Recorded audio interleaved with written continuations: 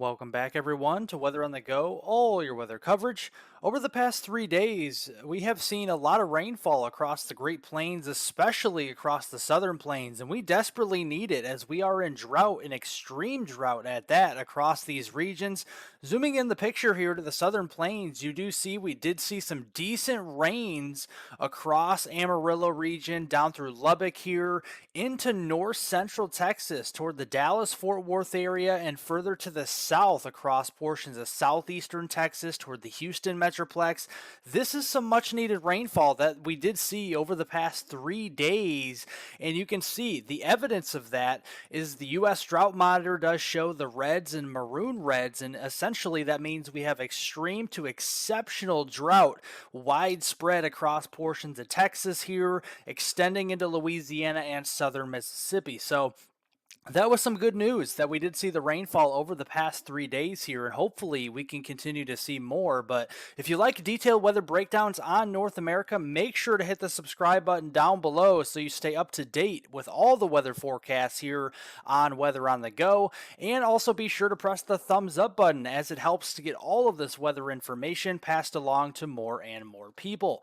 So getting in through the weather forecast for today, we have the weather breakdown across North America. We have a trough in the east, so our eastern areas are going to be cooler underneath the influence of that trough, and ridging out across the west, across the Rockies and portions of the west coast. That will keep the temperatures more above normal across these regions throughout the day today. Evidence here of that. High temperatures this afternoon are back into the 80s and 90s, even up into the Pacific Northwest, into places like Montana, Wyoming, getting over here to Idaho, Washington State, Oregon. Plenty of areas getting into the 80s and even into the 90s up here this afternoon. But under the influence of that trough here, like I mentioned, across the eastern United States, we do see more 60s and 70s across the Great Lakes region, through the Midwest, down here into the Mid-Atlantic, and even into northeastern United States as well throughout this afternoon. We are watching a bit of a weather system pushing across the eastern Carolinas into coastal Georgia here. This could bring the threat for a few strong to severe storms. This is only a level 1 out of 5, a marginal risk extending from the Wilmington region down through Myrtle Beach, Charleston, and even Savannah, Georgia, as we go throughout the afternoon and evening today. Timing this out for the morning, we got some scattered showers and storms from the mid-Atlantic down into the western Carolinas and eastern Georgia. A couple stronger thunderstorms that could produce some gusty winds and some smaller hail this morning cannot be ruled out, but mainly just looking at some heavier rainfall out of these thunderstorms this morning.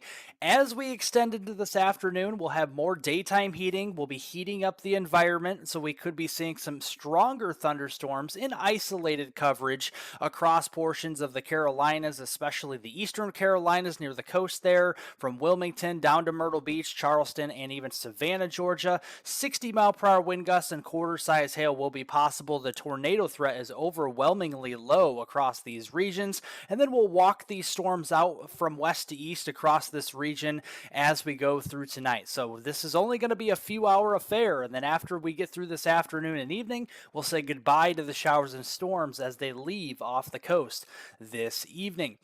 Overall, looking at rainfall amounts through your Monday morning, we do see some areas that have the heavier thunderstorms picking up over an inch of rain here. So if you live in the eastern Carolinas, even parts of the western Carolinas, up into West Virginia there, western Virginia, yeah, we do see areas of over an inch of rain over the next 24 to 48 hours. So that will be some good news there, as some areas do need some rain.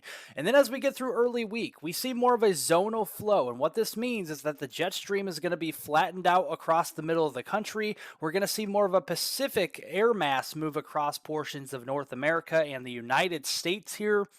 That remains to be, with very quiet weather conditions expected under zonal flow. But by late this week, yeah, we have a sudden shift in the pattern as we have a very nice trough developing here on a lot of the guidance that I've been seeing, with a bowling ball type feature to this here as it moves in across the west coast into the Pacific Southwest. And then downstream from that, we have ridging. So where we have the trough today, we're going to have ridging later on this upcoming week. So a sudden shift in the pattern is expected And you can see that the temperature anomalies are reflecting that. Early on in the week, we still have the influence of that trough. So, in the blues here across the eastern United States, from the Ohio Valley down into the southeast, much of the East Coast, these temperatures will be 5 to 10 degrees below average for your normals here across this region on Monday, and across the Pacific Northwest in particular, in the western United States.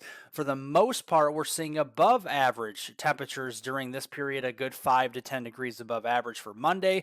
More of a transition day as we go into Wednesday here, and then as we go into Friday, yeah, there's the sudden change. You see the cooler anomalies shifting to the west and the warmer anomalies shifting to the east. So we're going to be warming up across the eastern two-thirds of the country, and the western third will be cooling off, cooler than normal as we get toward later on this upcoming week.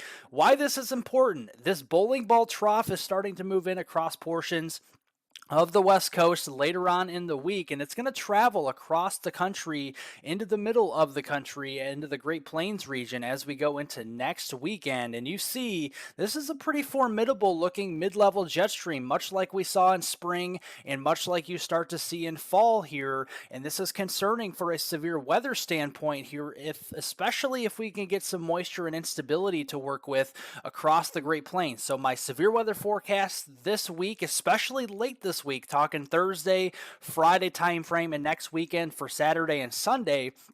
In the yellow here, possible severe weather from South Dakota, eastern Wyoming, all the way south through Nebraska, Kansas, Oklahoma, and into north and northwest Texas. And this could be as far east as the Kansas City region, Omaha, and all the way down towards portions of the Fort Smith, Arkansas region as well. So that will be something to keep an eye on later this upcoming week and next weekend. Damaging winds, large hail, and possibly even a few tornadoes out there, depending on all those dynamics, if they can come together here. But what is for sure is we are going to be seeing some beneficial rain. We need the rain here in the middle of the country. That is for certain. And this week into next weekend, we're going to be getting quite a bit of it where it does rain across the Dakotas, Nebraska, further to the south there through Kansas, Oklahoma, into North Texas. And we could be getting a nice helping of rain as well into portions of western Minnesota, western Iowa, getting in towards portions of Missouri there, and northwest Arkansas as well, where it's a little bit drier though across portions of the central Great Lakes, the Ohio Valley, down into much of the southeast through the week and into next weekend. Turning to the tropics here, we have post-tropical cyclone Lee that is moving up here into portions of the Nova Scotia region and eastern Canadian provinces as we speak. We also have two tropical storms we're tracking. We're still tracking Tropical Storm Margot, a fish storm out here in the North Atlantic, and also Nigel, a fish storm right now as well. And there's Nigel here across portions of the North Atlantic Ocean. Very formidable looking tropical storm. It's going to quickly strengthen to a hurricane as early as tomorrow. So as we speak here, getting into tomorrow, this is likely going to be a Category 1 hurricane. And this possibly could get up to Category 2, even possibly borderline Category 3 strength as we get into the middle of the week and kind of recurving out towards sea and away from the United States and east of Bermuda as well. So that is the good news there. But we do see those warm sea surface temperature anomalies. Again, the waters out here are very warm in the North Atlantic. So as expected, this system will continue to intensify into Category 1 strength by your Monday timeframe tomorrow, then into Category 2 strength possibly as early as Tuesday into Wednesday. And there are a couple models that get up into major hurricane status as a low-end Category 3. That's still a possibility, but we're most likely looking at a Category 2 storm. But the good news is that storm that we're talking about, Nigel, is likely going to recurve out towards sea and away from North America. So looking here for the evidence of that on Monday, this is down to a 1002, possibly a sub 1000 millibar low on Monday tomorrow. Then as we go into Wednesday, this is east of Bermuda and well to the east of the United States and Canada here on Wednesday.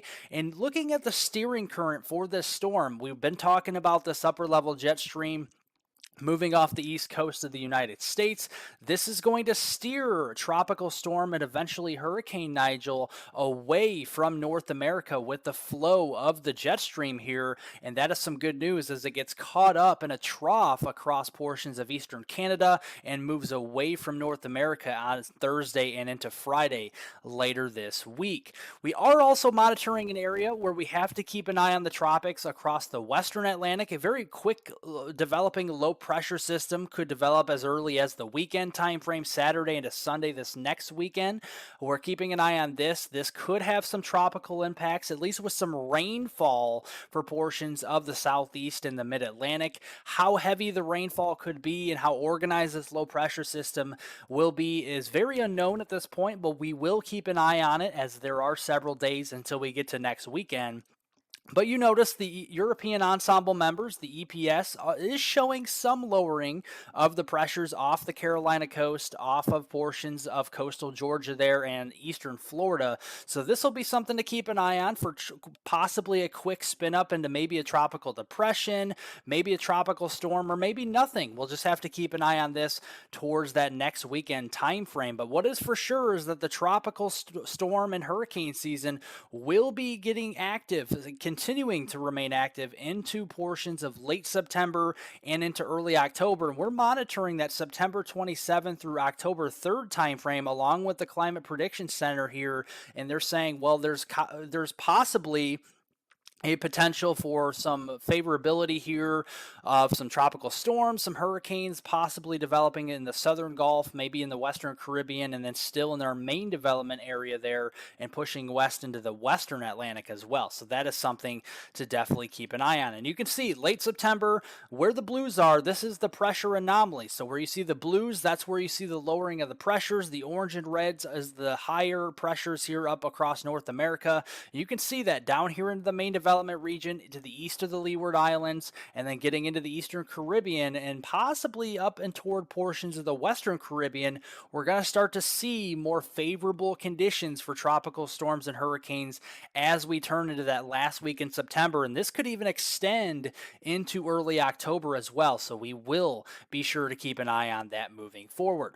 Well, if you haven't shared this video on social media, on Twitter, Instagram, Facebook, etc., make sure to share this video with friends, family, anybody you know. I definitely appreciate it. If you like today's video, make sure to press the thumbs up button down below and also subscribe, especially if you want daily updates and detailed weather breakdowns across North America, including the tropics here. While we have the hurricane season going on, we will be keeping you updated on this channel as well. Well, thank you guys so much for watching, and I hope everybody has a great rest of their weekend out there.